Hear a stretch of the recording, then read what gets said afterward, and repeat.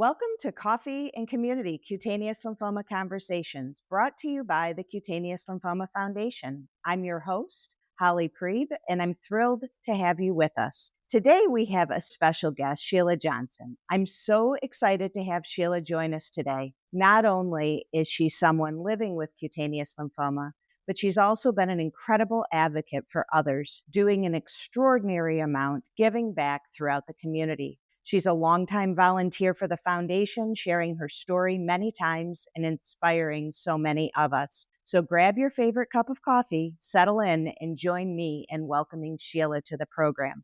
Thank you so much for being with us today, Sheila. Thank you so much for having me. I am always excited to talk about, this journey with living with cutaneous lymphoma. For whatever reason, I was chosen to have this journey. And again, I'm always happy to share and hopefully inspire others, to, regardless of this diagnosis, to live our lives to the fullest. So I'm here. Thank you for having me. Absolutely. Well, let's start kind of at the beginning. Let's talk a little bit about your journey, from the diagnosis and kind of where you were and the basics of your diagnosis. Sure. I had this random rash and it was like 2005 and it looked like hives. They were perfectly round. They were inflamed, red, itchy, and on my thighs, my hips, kind of like my trunk. And so I go to the allergist first, actually, because I was that kid who had to go and get an allergy shot once a week because my allergies would just be crazy. And so it just kind of reminded me of a rash that maybe I had as a kid. So I go to the allergist. We do all kinds of allergy testing, even an industrial testing, because at that time I was a project manager for our local natural gas distributor for new commercial construction. So I was always on a construction site. So the allergist thought maybe I was coming in contact with something on those sites that I was allergic to. Well, come to find out, no.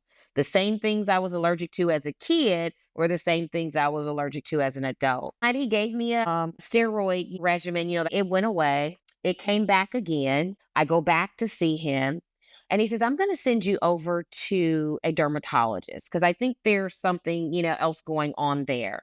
Go to the dermatologist a couple of times. He then sends me to see a well-known African-American dermatologist in our community. The two of them are trying to figure out what this rash is. My lead dermatologist says to me, I think you might have a rare skin disease. Those were his exact words. He never used the word lymphoma, cutaneous lymphoma, none of that. And so he said, so I'm going to do a couple of biopsies and we'll go from there. He do the biopsies and they come back negative. Okay. And the rash went away with the topical steroid. Sure. It was gone. It was 6 years before I had another breakout. And Wow. Holly, it was the exact same breakout in the exact same location. And so my mother at that point was retired, but she was a nurse. She'd been a nurse. And she's like, honey, you need to go back to the doctor. Something's going on. And so, of course, I go back. My lead dermatologist had moved back east. And so I went back to see the second dermatologist that I had seen, the African-American dermatologist. And he takes one look at my skin and he says, I'm pretty sure you have CTCL. I said, what is that? Then he shows me my chart from 6 years ago where he hand wrote on the chart, this patient should be tested for CTCL every 6 months. And I said, well, now, wait a minute. First of all, what is that? And why come you didn't tell me? It's been 6 And years. it's been 6 years. And he says, I'm so sorry. He said, I was not your lead physician. So I assumed your lead physician had this conversation with you. I said, no, he didn't. So that began my very first clue that I needed to learn how to be my own advocate. I didn't ask any questions initially. I'm like, this is what they said. And it went away and I went on about my merry business. And so he immediately contacted the university hospital here. And he said, Sheila, I'm not going to do a biopsy. I'm going to call immediately over to the university hospital. There's a team of specialists there that I want you to see. And sure enough, When I go to the specialist, he does some tests to confirm my CTCL diagnosis. And I've heard people say, other patients say, that it took, several different incorrect diagnoses to get to the correct one. And so I just didn't have any diagnoses initially, and it went away. So it seems like that is kind of par for the course based on my information and what I've heard other CTCL warriors say on how long it took them to get an official correct diagnosis. Yeah. Yeah.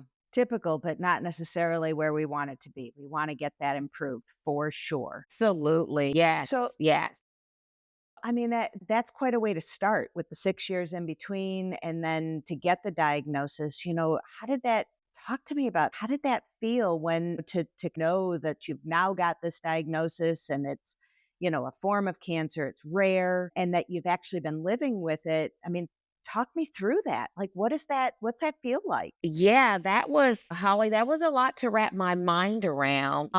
In particularly because of all of the other things that were going on in my life. I felt like, I was just getting my life back on track. I had gone through an ugly divorce and, I was beginning to live again. I'm making new friends. I started a wine club, a martini club, a book club, began to travel. And I have two daughters, and life was like, this is great. And then bam, I'm like, okay, now wait a minute. Okay, what's really going on here? And so it was a lot to wrap my mind around, Holly, but I will tell you, having the doctor that I had made all the difference in the world. Mm, He was very calm. He was very informative.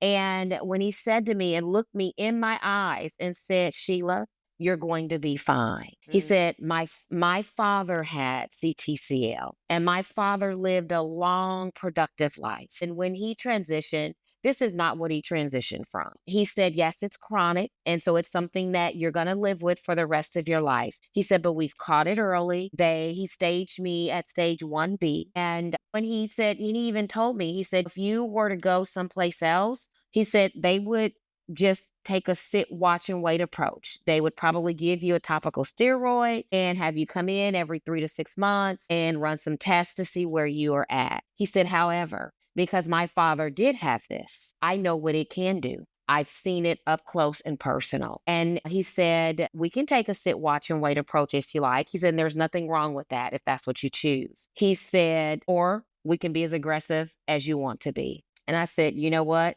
I'm a young woman and knowing that I'm going to live with this for the rest of my life. Yeah, I don't want to take a sit, watch, and wait approach. Let's go get it. And so we started phototherapy, which is where you go to the dermatologist 3 times a week. And I got into what looked like a tanning booth for certain periods of time with these special lights on my skin.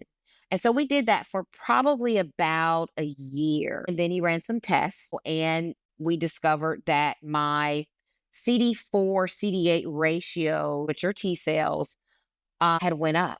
So when I was mm, initially diagnosed, the ratio was slightly over 3 to 1. By this time, my ratios was almost 7 to 1. And so he says, so what that says to me is that you need a more systematic approach, not just a topical approach of dealing with cutaneous T cell lymphoma. And so that is when the oncology team was introduced and I started photopheresis. And thankfully, my body responds well to it and my body continues to respond well to it. And although now I'm on what's considered like a maintenance treatment plan, I get 2 treatments once a quarter. It is indefinite. And I'm grateful to have had a team right here in my city. I didn't have to travel 3 and 4 hours. I live 10 minutes from the university hospital. And that's so I feel awesome. it really is, Holly, after talking to other warriors and how far they have to drive and the wear and tear that is on you physically and psychologically, so I feel very fortunate to be in a city that has a specialty team in this very rare type of cutaneous lymphoma. Yeah, exactly. And I'm going to tell you though, listening to you talk, you clearly, you've got your head wrapped around this diagnosis. You've got your head wrapped around what those tests mean, and you're able to come at it in a really thoughtful approach now. I'm wondering, has it always been that way? Were you able to be this calm because of your treatment team, or were each one of these steps that you took and the different, like, how was that? How'd you wrap your head around that? In going from light therapy to systemic therapy, and kind of you went through it in Yeah. such a just a really calm, and this is just the way it went. But I'm wondering, how did you cope with that in the real time? So I'm calm now, but in real time, I'm like, wait a minute, what? And so it wasn't until I needed a systematic approach did fear creep in. Before then, I wasn't afraid. And so because of them, I wasn't afraid. And because of my mother, my support system, but it was when I was like, wait a minute, what? We got to hold on, time out. What's going on? That really took some time for me to wrap my mind around that. I had recently lost my first cousin, who was 5 years younger than me, to her second battle with triple negative breast cancer. So immediately I'm thinking, oh my God, am I going to die? Am I going to die today? Am I going to die tomorrow? And so it was, I mean, and Holly, I had to have plenty of therapy to really help me wrap my mind around it. One of the things I did when I did go and get the phototherapy and was in the tanning booth was I developed a mantra, because you're in there and it's quiet. It's a kind of a strange kind of feeling. But at this point, that mantra became even more important. And that mantra is, I am healthy, I am fit, I am the center of abundance, and I am the perfect size 8. My second one that I focused on was today, because I had to look at it one day at a time. But it was today, I choose faith over fear, Mm. because I know that fear can cripple me. Fear could just stagnate me. And I didn't want that to happen to me. And so each day I had to get up and go, okay, we're choosing faith over fear today. No matter what comes, we're choosing faith over. And I had to have these conversations with myself. And I remember at one point having a conversation with my therapist, and she asked me, where does the fear come from? What are you afraid of? And I'm like, I'm afraid of dying. And well, Sheila, how old do you want to be before you die, or when you die? And I said, first of all, I never thought about that. And I said, well, I want to live to be a 90-year-old spunky woman. And she says, well, what makes you think that you're not going to live to be a 90-year-old spunky woman? And I don't know what it was about that little bit of exchange that really shifted my thoughts. And I was like, what, you're right. This isn't going to stop me from living to be a 90-year-old spunky woman. And so it was, and again, that also became one of my mantras. I am going to live to be a 90-year-old spunky woman. That is when that shift started coming. But it wasn't all at once. It wasn't an automatic thing. I also knew that for me, I needed the information. I needed to understand what exactly is going on here and what can I do to impact the quality of my lifestyle. And so that is really kind of where I shifted my focus. Science was going to be science. Science is going to do what it's going to do. But how was I going to own this? Was I going to sit down and just let it own me, or was I going to grab it and own it? And so at that time, my oldest daughter had been a vegetarian for probably like 2 or 3 years. And I'll never forget, we were in this like room, looked like a conference room, with the oncology team. And I didn't do any research because I didn't want to be scared. I didn't want Google to scare me. And I wanted to rely on the professionals, the information, the science, the research. But however, my daughter had done a bunch of Google research. And so when we're in this meeting talking, and so she asked the oncologist, she said, so what I hear you say is that my mother's CTCL is indolent. And he stops and he says, how do you even know that word? You know what it meant? And so the two of them began to have a conversation about that. And he said it's trying to get active, which is why your mom is here, because we want to jump in front of it, because her CD4 and CD8 ratios are climbing. So that's an indicator to us that it's trying to move and do some stuff. And we're hoping that this treatment is going to stabilize it so that her CTCL does become indolent. I was like, wow. And so she also asked, what can we do? And what does her diet, how does her diet impact? How does her working out and all those sorts of things impact? And of course, it's for any of us, a diagnosis or not. The better we eat, the stronger our bodies are. And Check. so she came over that day, and anything in the pantry that was in a can or a box, she took it out. Whew, I'd be And in she's trouble. right, exactly. I was in trouble too, Holly. And I'm like, oh, wait a minute, what are we doing? She said, we are taking these things to a local pantry. She said, Mom, you can't eat these things.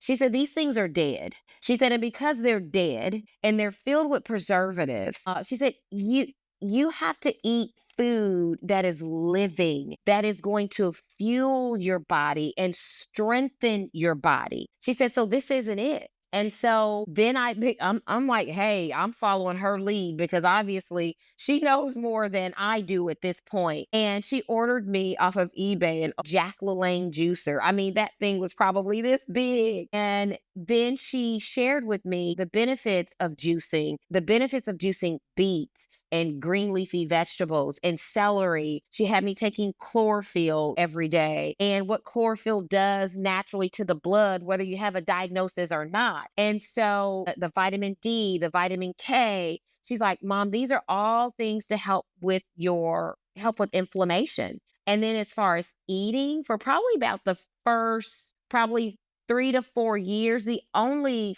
flesh that I ate was fish. She was like, are you juicing today? And even the utensils that I use only could use stainless steel. And the juice had to go in mason jars. And you can only leave it in the refrigerator 2 days because there's no preservatives in it, yada, yada, yada. All of my vegetables were fresh. Even today, and I will eat sometimes if it's out of season, frozen green beans per se, but all of my fruits and vegetables are fresh. So I go to the market probably 2 or 3 times a week. And even though I've added other meats back into my diet, I am very cognizant of, is this going to cause inflammation in my body? Because I know that inflammation in my body is not going to be helpful for me. And so I just try to, focus on those things that I can control, which is that. I also started drinking 80 ounces of water a day because she's like, look, Mom, hydration, your skin is dry. Hydration comes from the inside out, not the Mhm. outside in. I was like, okay. And I can tell you if I go 3, 4 days in a row without drinking at least 80 ounces of water, my skin, which is our biggest organ, begins to talk to me and tell me. It'll start feeling a little prickly or might feel tight. And I'm like, uh-oh, what have I been doing in my behavior that could cause this? And then it helps me to get right back on track. Yeah. That's incredible.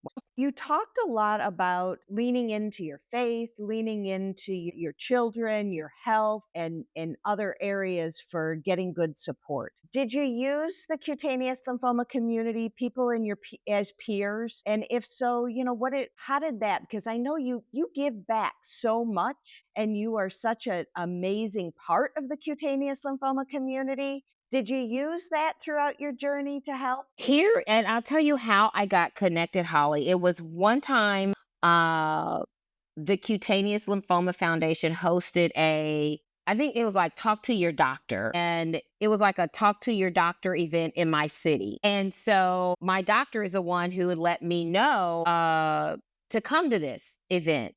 And that is how got connected to the Cutaneous Lymphoma Foundation, was through that first event. And I'm going to say that was probably about 2 years, maybe 3 years into my diagnosis. Yes. And after that, I'm like, oh my God, there's a wealth of information here.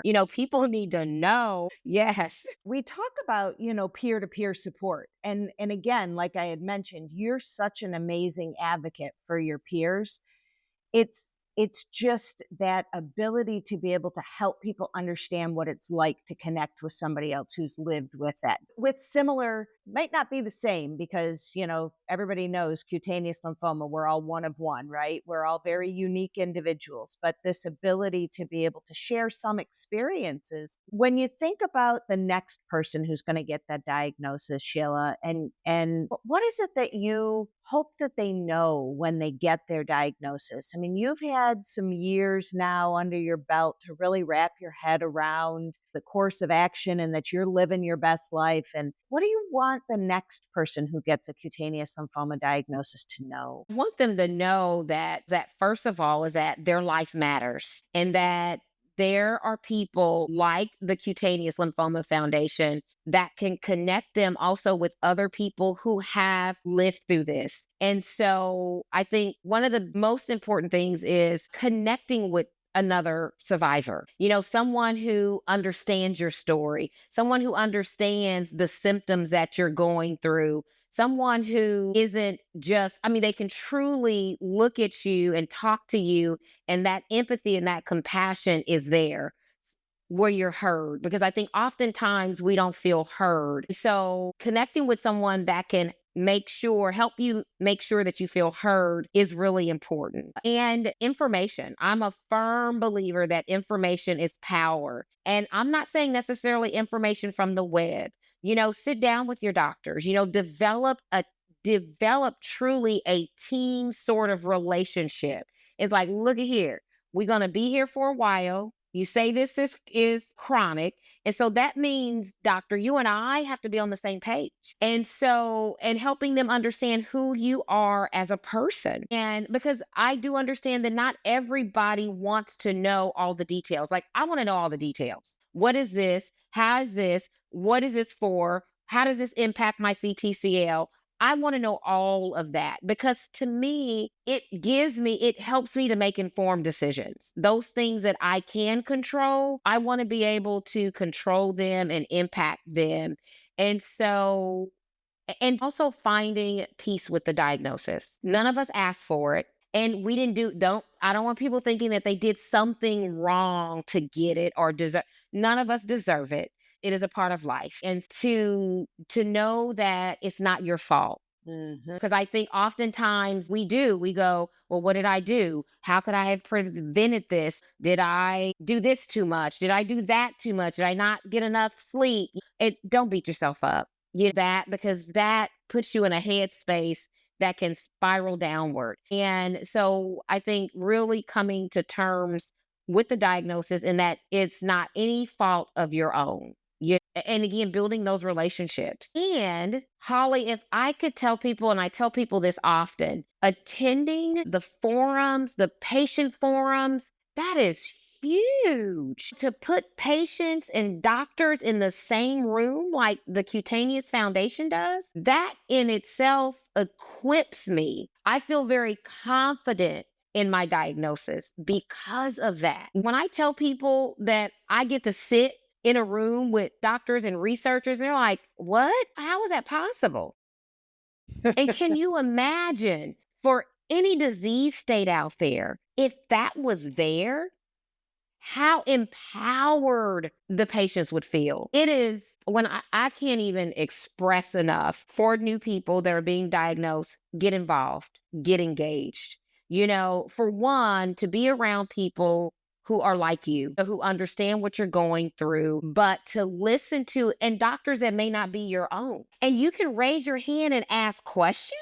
Holly, that's huge. I mean, there's so much benefit to that. I really can't put it into a dollar amount because, again, it gives me the confidence to live. And I always say that I am living successfully with cutaneous T-cell lymphoma. And the programs that you all put together help give me the confidence to do that and to continue to do that. Because for me, information is power. Well, thank you for saying that. And, it kind of leads me into my next question. You give back.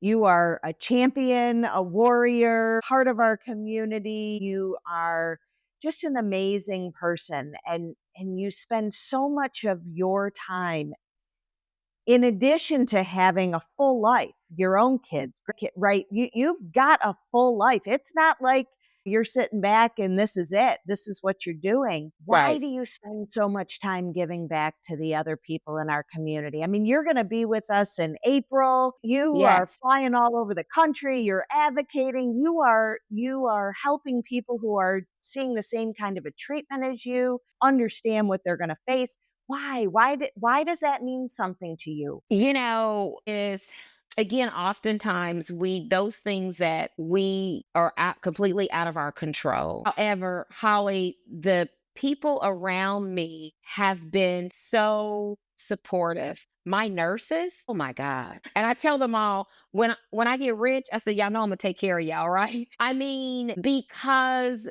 they the way people have given to me as I continue to live with this, I couldn't have, there's no way I could stand here and do that without how they've given back to me. The other thing, Holly, in particularly in the African American community, information, our communities are the last to get the information.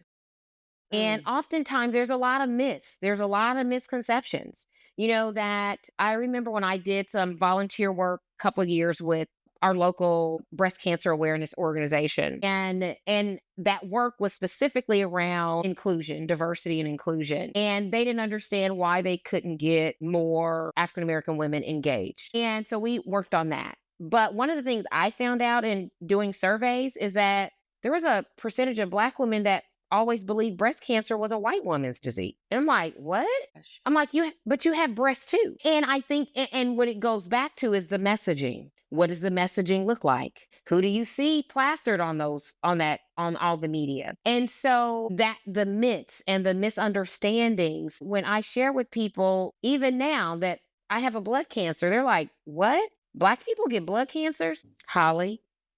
And so it is my social platform.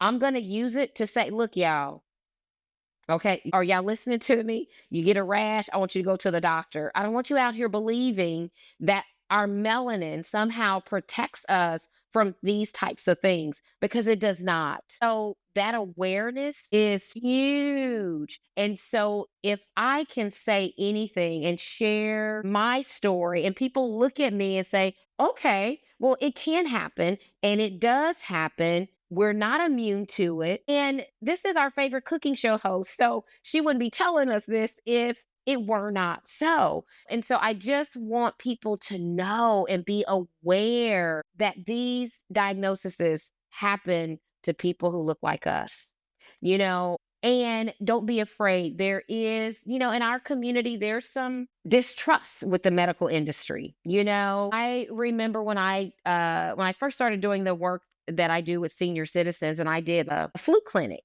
I had 3 women come down, okay? And I'm like, well, don't they want a flu shot? Or so one of the older gentlemen pulled me to the side. He says, honey, he said, we don't trust them like that. We don't know what's in that vial. And then he said to me, he said, I know you're too young to remember the Tuskegee Airmen experiment. He said, and if they'll do that to the cream of the crop of us, he said, what do you think they'll do to little old me? He said, so yeah, no, nobody's coming down for a flu shot. And so there's such a distrust in my community with the healthcare community. And I get it. I understand. However, we have to go to the doctor. We cannot not go, but also, which is one of the reasons I'm here. You go to the doctor and you don't understand what they're saying. Come on, I'll pick up that phone and we're going to talk through this so that you can understand what's going on with your body. Right. And it is awareness is everything. And that is why I will always, always share, and I'll show people me at treatment, and and to not be afraid, because again, fear can keep us stuck. It can keep us from seeking the help that we need. I have resident, you want me to go to the doctor with you? I'll go with you. No problem. What time? And tell me what's going on. And teaching them how to, when you go to the doctor, have your questions ready. Don't go to the doctor empty handed. Even now, when I go to the doctor, when I go see my oncology team every 6 months, oh, I got questions. I got them already prepared because we're going to have a conversation about this. So, but that helps further educate you and develop that trusting relationship between you and that healthcare team, because it has to be there, you know? And so that is one of the reasons why it is just so important to me to continue to share, because I never know who's watching, never know who's listening. And sometimes I'll get people that'll send me an inbox and say, "Oh my God, I'm so glad you said that. You know, thank you for sharing your story." Because it's needed. We need to know and be aware as much as possible, you know, and also go get help. And even newly diagnosed patients, hey, you need a list of a specialist. I'm going to need you to go to the Cutaneous Lymphoma Foundation's website. There's a locator there for you, okay? Because this is nothing to play with. And it's very important that you're connected with doctors who know this, because it's so rare. And, you know, use those tools that are there for you, the programming that's there for you, so that, again, so it builds that confidence and help you, I think, live in peace, come to peace with your diagnosis, and it helps you live in peace instead of a constant fear of what's next. Well, you certainly do that. You certainly live your best life, at least from the outside perspective. I so enjoy following you. You mentioned about your social media and about your cooking show. I so enjoy following you and seeing you are such an inspiration and full of energy, full of joy, spreading joy amongst the community, raising awareness. You know, I had a question about misconceptions and I don't even have to ask it unless you want to address it further, because you so beautifully talk about intertwining why you do what you do, and it really is because you believe that we need to get rid of these misconceptions and we need people to live their best Absolutely. life. I am so honored to be able to say that I know you and you are part of our world, and I'm so grateful for all that you do for us and for the entire cutaneous lymphoma community. Is there anything I've missed, Sheila? Is there anything that our listeners need to know about you, your journey, and what they need to carry ahead with? I just want people to know that this is not, even though the diagnosis is serious, it is, you know, and we shouldn't take it lightly. I would never imply that. But I didn't even start my cooking show until after my diagnosis, because it was like before then I was like, who wants to hear me? Who wants to see me cooking? But after my diagnosis, I'm like, oh no, they're going to hear me. They're going to hear about this diagnosis. They're going to hear about food. But it really said to me, look, if there's something you want to do it. You know, Mhm. because the reality is that tomorrow is not promised to us at all, a diagnosis or not. Okay. And so, really, the diagnosis gave me the boldness and the courage to go ahead and do it. And so, if there's something out there you want to do it. Because look, what else could happen? Somebody say no, or somebody say they don't like it. Then you know what? You keep going. And I think too, for us with the diagnosis, is that, you know what, I have an opportunity here to do what I really want to do, and I'm going to do it. I'm going to go for it, but also I'm going to use that platform to raise awareness. And I say to it is not, this show is not about me. It is about the guests that come on and the amazing work that they're doing in the community to spread the word, to so the community is aware that these programs and services and stuff are there available for them. And so I say do it, you know, and I'm all, if you want some help, call me. Look, we can talk about it. I can talk with you about it. And so that living and thriving, regardless of the diagnosis, is just something that's very important to me. And I want other cutaneous lymphoma warriors to know that and understand it doesn't mean you got to stop living. We have to live. And because I did get a second chance to live, I'm going to do any and everything I can to help raise awareness and spread joy because it's so important. Well, we can't thank And you and enough. thank you, Holly. And here's the other thing too, you and the team there to commit your lives to us. I know that there are many careers that you got, but your willingness to give and to give in this way to help ensure that we're okay. And I say often, we're in the circle of life together. And I appreciate you, Holly, and everybody at the foundation who works every single day so that myself and other patients can have and live and understand the world around us as we navigate, through this diagnosis. It is very important. And I appreciate y'all. Thank you for saying that, Sheila. You are just You're welcome. you touch a special place in my heart, and I'm just so grateful to have you as part of our community and for all that you do for the foundation and for the other cutaneous lymphoma warriors. You are truly a champion. Thank you for your time today. And we will be sure to put a link to your show in our show notes so other members of our community can link back to that. But that brings us to the end of our episode today of Coffee and Community Cutaneous Lymphoma Conversations. We hope that our audience found the discussion as insightful and inspiring as I did. And before we go, I want to make sure that we thank our corporate sponsors for their commitment, as well as to Sheila for her time and commitment to the foundation. And remember to find more episodes, resources, and a full list of our sponsors on our website at www.clfoundation.org. If you enjoyed today's episode, please consider subscribing, rating, and leaving a review for your favorite podcast platform. Your feedback helps us to gain more listeners. Thank you for joining us today. Until next time, stay informed, stay connected, and take care.